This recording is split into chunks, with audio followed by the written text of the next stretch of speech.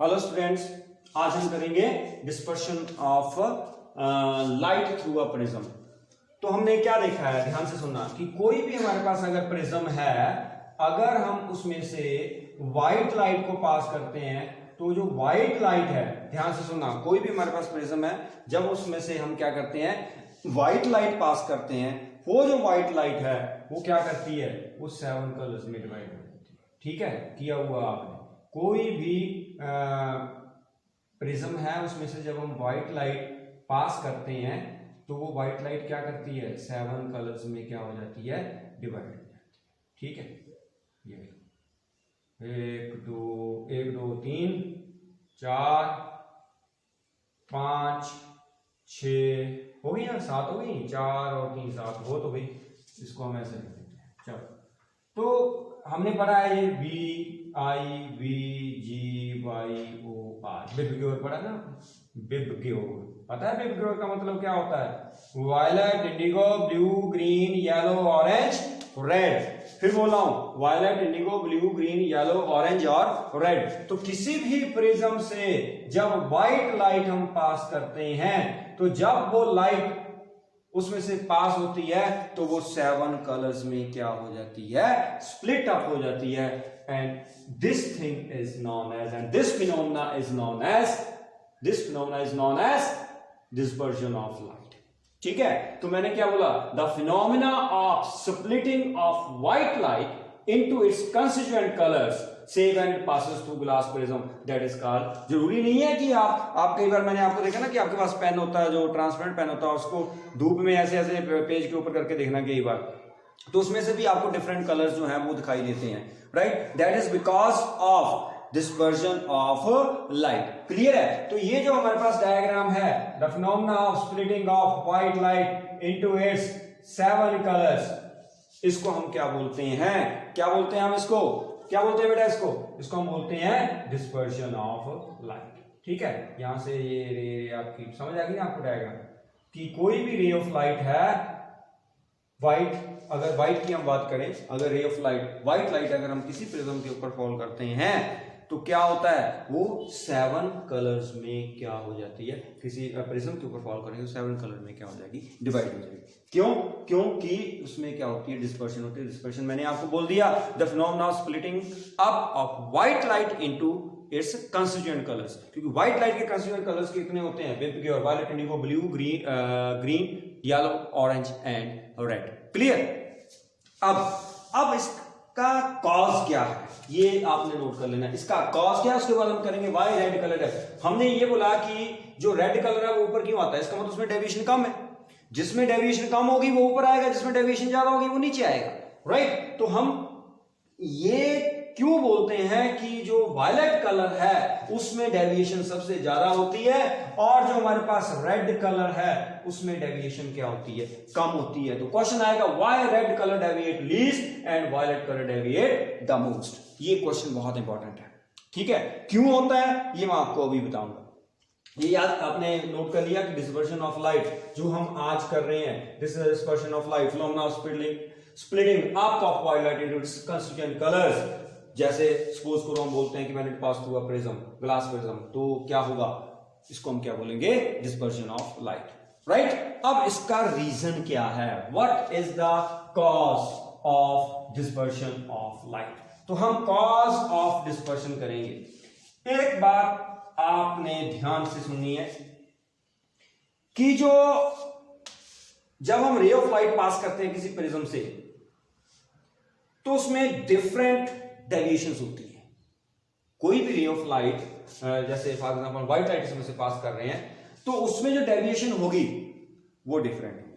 क्यों डिफरेंट होगी? क्योंकि जब वो पास करती हैं प्रिज्म से, तो उसमें जो डिफ्लेक्शन होती है, मतलब जब कोई भी रे जाती है, मान लो ये रे जा रही है, ये रे जा रही है, और इसमें वो जा रही है rare to denser, it bends towards the normal, फिर denser to rare, it bends away from the normal. वो मैंने आपको बताया था, उसके अकॉर्डिंग ये जो है हमारी रेज बनती है। अब कह रहा है कि वायलेट कलर में डेविएशन ज्यादा हो रही है और रेड कलर में डेविएशन जो है वो कम हो रही है।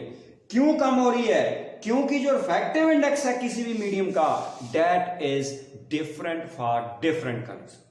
किसी भी मीडियम का रिफ्रैक्टिव इंडेक्स, इस बात को याद रखना है, refractive index of a medium, किसी भी मीडियम का refractive index that is different for different colours.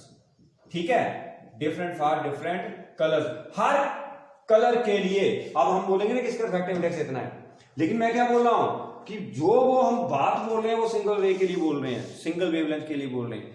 अगर मैं बोलूं व्हाइट लाइट इसको फॉल कर रही है, तो व्हाइट लाइट में 7 कलर्स होते हैं, तो 7 कलर्स के लिए इसका जो रिफ्रैक्टिव इंडेक्स होगा इस प्रिज्म का, वो क्या होगा, डिफरेंट होगा। तो refractive index of a medium is different for different colours. इस बात को आपने याद रखना है।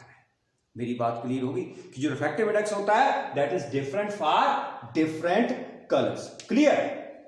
अब हम इसको कैसे प्रूव करेंगे कि why red colour deviate least and violet colour deviate most. हमारे पास एक रिलेशन है, कोचीज रिलेशन। कौन सा? CAUCHY post of ES, कोचीज relation. कौन सा relation? Cauchy's relation, CAUCHY post of ES। कोचीज relation क्या होता है? वो कहता है ये रिफ्रैक्टिव इंडेक्स है A प्लस, कि हमारे पास जो रिफ्रैक्टिव इंडेक्स है किसी भी मीडियम का वो होता है n = A plus B over lambda square plus बहुत सारी टर्म होती है where A and B are constant.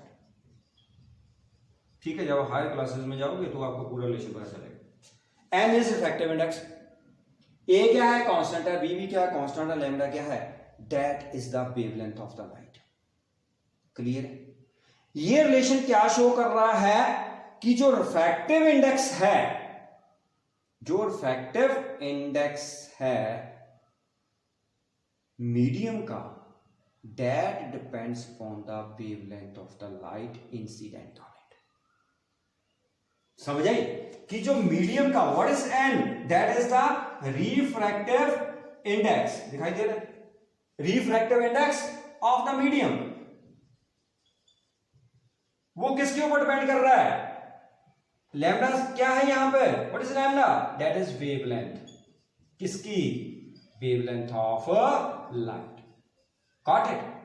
समझ आ गई कि रिफ्रैक्टिव इंडेक्स है किसी भी मीडियम का, refractive index of a medium that depends upon wavelength of the light incident on it.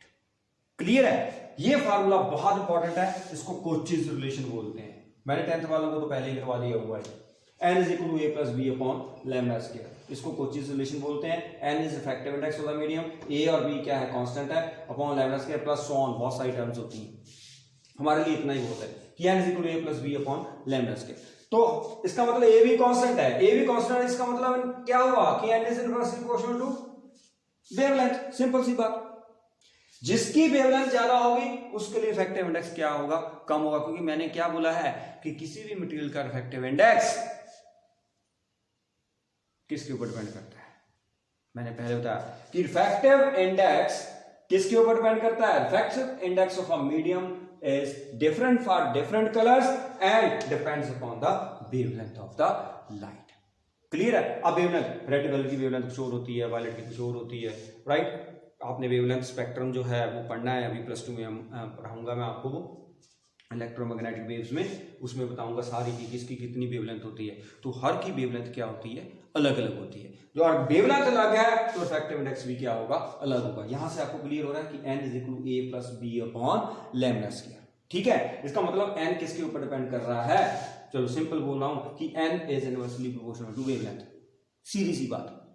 जिसकी वेवलेंथ ज्यादा होगी उसका इफेक्टिव इंडेक्स क्या होगा? कम। और जिसकी वेवलेंथ कम होगी उसका इफेक्टिव इंडेक्स क्या होगा? ज्यादा। Because wavelength and effective index they are inversely proportional to each other. Got it?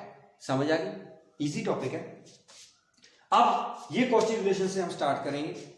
ये बात समझ आ गई सभी को? ये पॉइंट बहुत इंपॉर्टेंट है कि effective index of a medium is different for different colours. इस बात को याद रखना बहुत ही इंपॉर्टेंट है।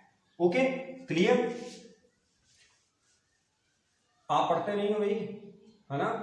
बस मैं थोड़े दिन देख रहा हूं, जैसे ही मुझे पता चलेगा ना कि आप सीरियस नहीं हो, तो पता है आपको, है ना, मैं क्या करने वाला हूं। तो इसलिए जो भी आपको लेक्चर पोस्ट किया जाता है उसको ध्यान से पढ़ो। ज्यादा मटेरियल मैं आपको नहीं दे रहा हूं, सिर्फ छोटा सा मटेरियल दे रहा हूं ताकि आप उसको ध्यान से पढ़ो। जो भी आपने पढ़ना है थोड़ा पढ़ो, लेकिन ध्यान से पढ़ो, ठीक है, क्लियर। अब हमारे पास मैंने क्या बोला कि कोचीज रिलेशन क्या बोलता है, अकॉर्डिंग टू, हम इसको प्रूव कर रहे हैं, अकॉर्डिंग टू कोचीज रिलेशन।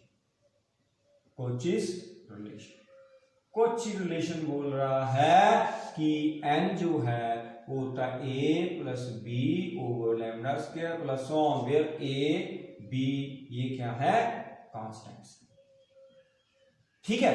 अब हमने क्वेश्चन क्या था हमारा, why red colour deviate least and violet colour deviates the most. ध्यान से सुनना, मैंने कल आपको एक रिलेशन कराया था थिन प्रिज्म के लिए कि डेल्टा जो होता है ये क्या है, what is deviation, n-1 into A. देखना मैंने लास्ट लेक्चर में ये करवाया था कि जो हमारे पास डेविएशन होती है इसको क्या बोलते हैं, क्या बोलते हैं इसको, क्या बोलते हैं, यस बोलो, deviation produced by a small angle prism. What is that? That is the deviation produced by small angle prism. Last topic यही करवाया मैंने, angle prism. Deviation produced by, I think this is 23rd lecture, 22 lecture वही था, 23rd I think so. देख लेना 23rd है या 22nd है, मतलब या तो 22nd होगा वो, ये 23rd है तो वो 22nd होगा, अगर ये 22nd है तो वो 21st होगा, आई थिंक वो 22nd ही होगा। तो deviation produced by small angled prism ये है। What is A, that is the angle of prism, what is N, that is the refractive index of the medium of the prism, यही बोला था मैंने, N refractive index, A angle of prism, और ये क्या है, deviation produced by the small angle prism. तो अब ध्यान से सुनना कि हमारे पास जिसका वेवलेंथ ज्यादा होगा उसके लिए इफेक्टिव इंडेक्स क्या होगा, कम होगा, ये मैंने बोला था, क्लियर। अब सभी को पता है कि रेड कलर की वेवलेंथ जो है वो सबसे क्या होती है, ज्यादा होती है। मैं आपको लिख रहा हूं, wavelength of red colour that is greater than wavelength of violet colour, ऐसा ही है। बाकी बीच वाले आपको पता है कि सबसे ज्यादा वेवलेंथ किसकी होती है, रेड, उसके कम और येलो के सबसे कम किसकी होगी, वायलेट की। सबसे ज्यादा वेवलेंथ किसकी होगी, रेड कलर की, सबसे कम कितनी होगी, किसकी होगी, वायलेट की, और बीच वाले उसके अकॉर्डिंग चलते जाएंगे। तो अगर वेवलेंथ रेड कलर की ज्यादा है वायलेट कलर से, तो अकॉर्डिंग टू रिलेशन 1, इसको कोचीज रिलेशन को रिलेशन 1 बोल रहा हूं, इसको क्या बोल रहा हूं, 2। ध्यान से सुनो, ठीक है, ये मिटा दो। अब wavelength of red colour is greater than wavelength of violet colour. अगर वायलेट कलर की वेवलेंथ कम है, रेड कलर की वेवलेंथ ज्यादा है, तो डेविएशन की रिफ्रैक्टिव इंडेक्स किसका ज्यादा होगा, ये मैं ले लेता हूं।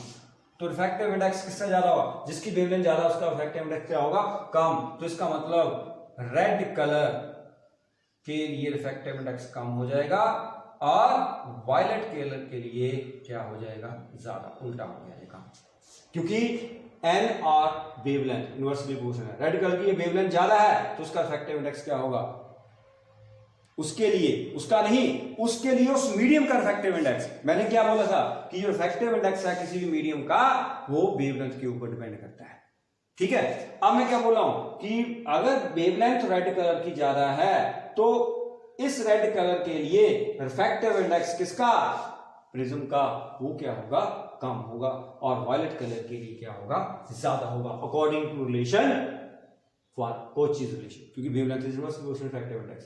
अब सेकंड में आ जाओ, डेल्टा फॉर रेड, क्या बोलते हैं इसको, deviation, deviation for red colour, ये किसके बराबर होगी, N for red minus 1 into A, मैंने रेड कलर लिखा।